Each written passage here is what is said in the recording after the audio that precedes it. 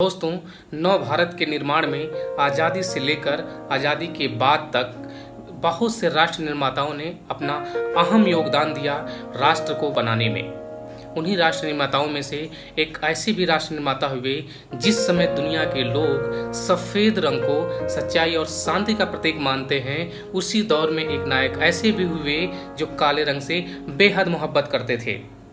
दोस्तों, अंधविश्वासों पर इतनी गहरी चोट किया उन्होंने कि आज भी उनकी कही हुई हर एक बात हमें नई दिशा में सोचने को मजबूर करती है।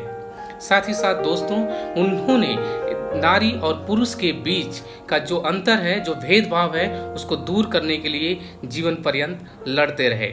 अगर दोस्तों आप तार्किकवादी हैं तो अगर उनसे आप मिलते तो आप उन्हीं के होके रह जाते, क्योंकि तार्किकता के आधार पर उन्होंने दुनिया को एक नए रास्ते को सोचने के लिए मजबूर किया। दोस्तों, इनका जन्म 17 सितंबर 1879 को तमिलनाडु के ईरोड नामक जगह में माता चिन्नामयी और पिता वेंकटप्पा नायडू के घर में एक संपन्न हिंदू परिवार में हुआ था। जी दोस्तों, आपने बिल्कुल सही समझा।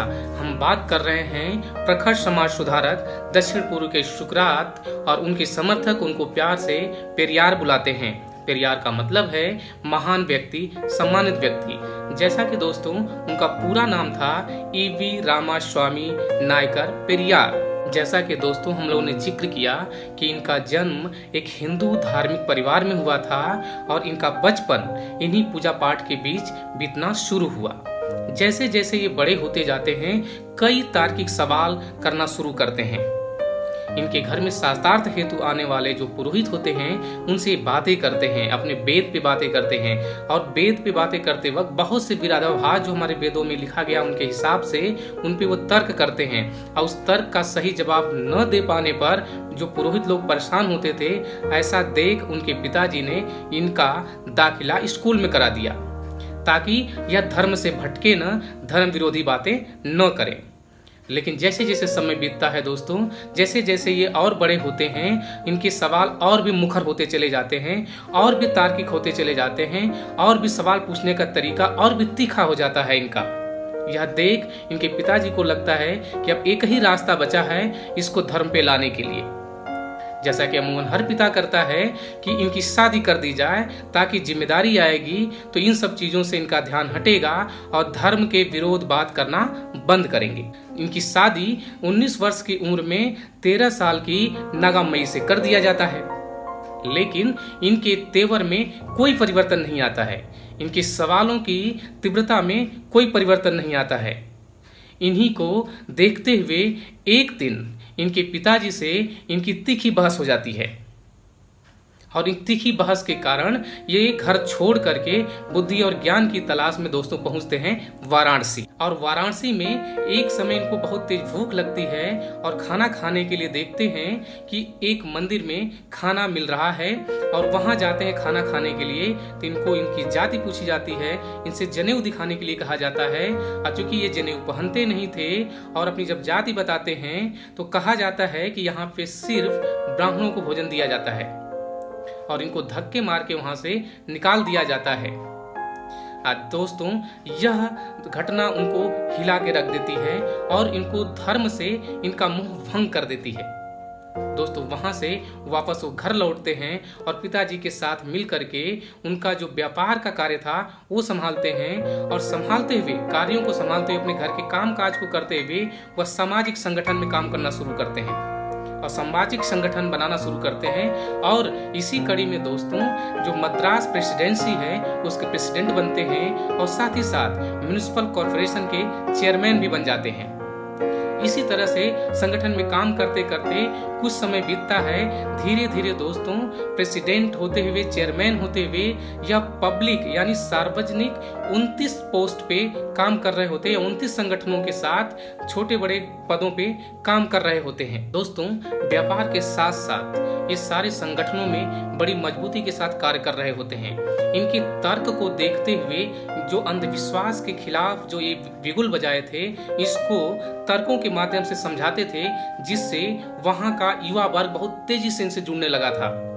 और दोस्तों नतीजा ये हुआ कि इनका संगठन बहुत मजबूत हो गया था, और अंधविश्वास के खिलाफ नारी और पुरुष के अंदर जो विभेद है उसको दूर करने की बातें होती थी। साथ ही साथ जो छुआछूत है समाज के अंदर, और वो मानते थे कि जो सार्वजनिक जीवन में जितनी भी चीजें हैं उसका इक्वल डिस्ट्रीब्यूशन होना चाहिए सभी लोगों के बीच में, किसी प्रकार का धर्म के कारण ऊंच नीच नहीं होना चाहिए। इन्हीं सब कार्यों पे कार्य चल रहा होता है। दोस्तों, इनके जीवन में बहुत बड़ा परिवर्तन तब आता है जब गांधी जी असहयोग आंदोलन के साथ साथ सामाजिक पुनर्गठन की बात करते हैं, नशाबंदी की बात करते हैं, विदेशी जो कपड़े हैं उनका विरोध करते हैं। इन्हीं सब नीतियों से प्रभावित होकर के पेरियार 1919 में कांग्रेस ज्वाइन करते हैं। और कांग्रेस ज्वाइन करने के लिए दोस्तों इनको लगा कि अगर हमें असहयोग आंदोलन में जाना है, असहयोग आंदोलन के लिए काम करना है, या फिर हमें अगर विदेशी चीजों का बहिष्कार करना है तो हमें जो हम 29 पोस्ट होल्ड करते हैं इनको छोड़ना पड़ेगा, पूरी तरह से उनमें काम करना पड़ेगा। ऐसी कड़ी में दोस्तों 29 के 29 पोस्ट को वो छोड़ देते हैं और पूरी तरह से असहयोग आंदोलन में कूद पड़ते हैं गांधी जी के साथ में।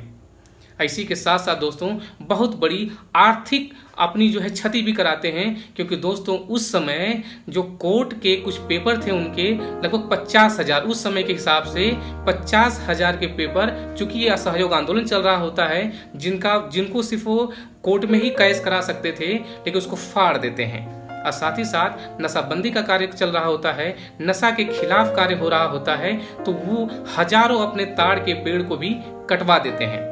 दोस्तों, जैसा कि कहा जाता है कि पेरियार आर पार की लड़ाई लड़ने के लिए जाने जाते हैं, बीच का कोई रास्ता वो चुनना नहीं चाहते हैं, या तो फिर इधर या फिर उधर, बीच में चलने वाले नहीं थे। इसीलिए दोस्तों 29 के 29 पोस्ट को छोड़ते हैं, अपने हजारों पेड़ों को कटवाते हैं और जो भी पेपर थे कोर्ट के उसको फाड़ के फेंक देते हैं। दोस्तों, इस तरह से असहयोग आंदोलन में कूद पड़ते हैं। दोस्तों, 1919 से लेकर 1922 तक पेरियार गांधी जी के साथ मिल करके असहयोग आंदोलन में बढ़ चढ़ के भाग लेते हैं। साथ ही साथ दोस्तों खादी वस्त्रों का प्रचार करना, विदेशी वस्त्रों का बहिष्कार करना, नशा मुक्ति का आंदोलन, इन सब में पेरियार बढ़ चढ़ के भाग लेते हैं। लेकिन साथ ही साथ वो ये भी देखते हैं कि जो हमारा सोशल स्ट्रक्चर है वो कैसा है। उसमें देखते हैं इसमें 2 वर्ग है। एक वर्ग ऐसा है जो 10% है, उच्च वर्ग जो है 10% है, 90% जो हमारा सोसाइटी का हिस्सा है वो वंचित और शोषितों का है। लेकिन जो पब्लिक जो रिसोर्सेज हैं, यानी जो सार्वजनिक जो है संसाधन है, उनका बंटवारा ठीक इसके उल्टा है। 10% जो उच्च वर्ग है वह 90% पे भाग पे कब्जा कर रखा है और 90% लोगों को 10% भी सही से नहीं मिल रखा है। दोस्तों, इसको लेकर के पेरियार 1919 से लेके 1922 तक सारे कार्यों को करते हुए कांग्रेस कमेटी के अलग अलग स्तर पर एक रेजोल्यूशन पास कराने की कोशिश करते हैं कि भाई जो पब्लिक रिसोर्सेज हैं, जो हमारे सार्वजनिक संसाधन हैं, उनका इक्वल डिस्ट्रीब्यूशन किया जाए, यानी जिसको जितनी हिस्सेदारी है उसको दिया जाए। लेकिन दोस्तों उच्च वर्ग के दबाव में गांधी जी में बहुत ज्यादा रुचि नहीं लेते हैं, जिससे पेरियार गुस्सा में आ जाते हैं और करते क्या है कि जो मनुस्मृति है, रामायण है, उसको पब्लिक प्लेस पे जला देते हैं। जैसा कि आपको पता है कि मनुस्मृति एक ऐसी पुस्तक है जिससे हमारा सोशल स्ट्रक्चर के बहुत से हिस्से को लिया गया है। और जलाने के बाद 1923 में दोस्तों एक जस्टिस पार्टी वहां की होती है जो शोषित वंचितों की आवाज को उठाती है। उनका एक कार्यक्रम होता है, कांग्रेस में रहते हुए भी वह उस कमेटी के एक कार्यक्रम में भाग लेते हैं, उस पार्टी के एक कार्यक्रम में भाग लेते हैं और वहां पे अपनी भागीदारी को दिखाते हैं। दोस्तों 1924 में पेरियार का पूरा जीवन किसी फिल्मी दुनिया से कम नहीं है। दोस्तों 1924 में एक आंदोलन का नेतृत्व करते हैं जिसका नाम है वाइकोम आंदोलन। इस आंदोलन का उद्देश्य था दोस्तों कि वहां के राजा ने हुक्म दे रखा था कि जो ST SC OBC जो वंचित शोषित लोग हैं वह पब्लिक रोड पे नहीं चल सकते थे, यानी जो सार्वजनिक सड़क उस पे नहीं चल सकते थे। अब इसके खिलाफ आंदोलन करते हैं और यह आंदोलन दोस्तों सफल होता है। और आपको बताते चलें दोस्तों, अगर हम व्यक्तिगत जीवन की बात करें तो व्यक्तिगत जीवन में उनका राजा से बहुत अच्छे संबंध थे, लेकिन इस आंदोलन के बीच में अपने व्यक्तिगत संबंध को नहीं आने दिया। तो 1924 में वाइकोम आंदोलन हुआ और उस वाइकोम आंदोलन का नतीजा ये रहा दोस्तों, सफल रहा और सभी के लिए वो सड़कें खोल दी गई, यानी शोषित वंचित वर्गों के लिए भी वो सड़कें खोल दी जाती हैं, सबका आवागमन शुरू हो जाता है। दोस्तों आता है 1925 का साल। दोस्तों 1919 से लेकर 1925 तक 6 बार कांग्रेस की अलग अलग कमेटियों में अपनी बातों को पेरियार रख चुके थे कि जो सार्वजनिक संसाधन हैं उनका इक्वल डिस्ट्रीब्यूशन किया जाए, लेकिन 6 के 6 बार उनका रेजोल्यूशन पास नहीं हो पाता है। जब उनका रेजोल्यूशन पास नहीं हो पाता है, उसी समय एक और एपिसोड हो जाता है दोस्तों, जिसको गोरकुलम एपिसोड कहा जाता है, जिसके चेयरपर्सन थे VVS अय्यर, जो तमिलनाडु कांग्रेस था उसका नेतृत्व कर रहे थे। और गोरकुल वहां चलाती थी कांग्रेस कमेटी, उनकी फंडिंग कांग्रेस कमेटी करती थी, और वहां पे सभी के बच्चे पढ़ने जाते थे। लेकिन वहां पे भी भेदभाव, वहां भी डिस्क्रिमिनेशन होता है। और इस प्रैक्टिस को रोकने के लिए जो है पेरियार कांग्रेस में आवाज उठाते हैं कि वहां पे जो शोषित वंचित वर्गों के बच्चे हैं उनसे काम कराया जाता है, और उस वर्ग के बच्चों को पूरी सुविधा दी जाती है कि वो पढ़ाई करें। तो इस जो डिस्क्रिमिनेशन है, जो भेदभाव है, इसको रोका जाए। लेकिन यह रेजोल्यूशन भी दोस्तों वहां कांग्रेस कमेटी में जो उच्च वर्ग के लोग थे पूरी तरह से छाए हुए थे, और यह रेजोल्यूशन भी पास नहीं हो पाता है। इससे दुखी होकर के दोस्तों कांग्रेस से पूरी तरह से मोह भंग हो जाता है पेरियार का, और पेरियार नवंबर 1925 को वो कांग्रेस छोड़ देते हैं।